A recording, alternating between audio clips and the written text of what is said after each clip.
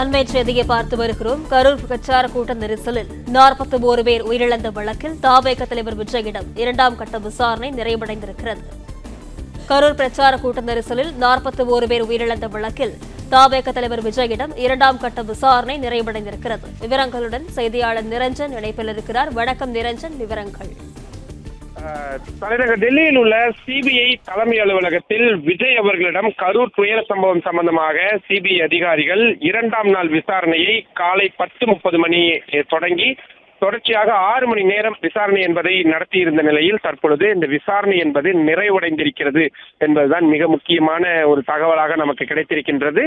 ஏற்கனவே முதல் நாள் விசாரணை என்பது 7 மணி நேரம் என்பது நீடித்திருந்தது. 2ஆம் நாள் விசாரணை 6 மணி நேரம் என்பதாகவும் மொத்தமாக கிட்டத்தட்ட 13 மணி நேரத்திற்கு மேலான ஒரு விசாரணையாக தற்பொழுது இது நடந்திருக்கிறது என்பதுதான் அதிமுக்கியமான ஒரு விஷயமாக பார்க்கப்படுகின்றது.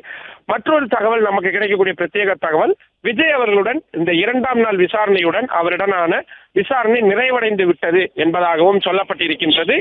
நாளை அவர் விசாரணைக்கு அழைக்கப்படுவதற்கான வாய்ப்பு மிக மிக குறைவு என்பதான ஒரு தகவலும் சொல்லப்பட்டிருக்கின்றது.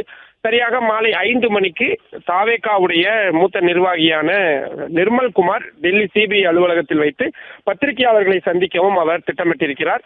அந்த சந்திப்பின் பொழுது என்னென்ன முக்கிய விஷயங்கள் எல்லாம் விவாதிக்கப்பட்டது, என்னென்ன கேட்கப்பட்டது போன்ற விவரங்களை அவர் பகிர்ந்து கொள்வார் என்று எதிர்பார்க்கலாம்.